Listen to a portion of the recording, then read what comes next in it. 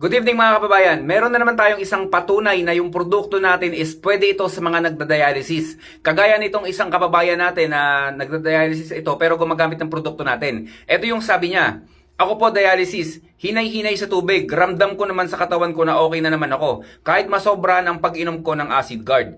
Okay, so regarding dito na nasasobrahan siya sa pag-inom, I think kabayan much better kung tanungin mo yung doktor mo kung pwede kang magpasobra ng tubig. Siyempre kasi hinahanap-hanap din kasi ng katawan niya, ng mga kababayan natin na nagda-dialysis yung tubig. Ayan nga yung gustong-gusto nilang uminom kaya lang may limitation. Mas maganda kung magpakonsulta ka pa rin sa doktor mo. Yun yung advice ko para sa iyo. And then beside, isang patunay ito mga kababayan na sa mga nagda-dialysis na mga kababayan natin, safe na safe ito. Maraming nagda-dialysis na gumagamit ng acid guard, yung iba na inom pa nga ng lunas natin at maganda ang response talaga, maganda ang response ng kanilang katawan. Siyempre, inuman mo ba naman ng natural alkaline, hindi ba gaganda yung katawan mo? So, walang pinipiling karamdaman yung mga produkto natin. Kung ano yung karamdaman mo, laban yung produkto natin kahit saan, kahit anong sakit. Yun lang mga kababayan, stay healthy. Ako si Chance at ako ang magsasakang gala.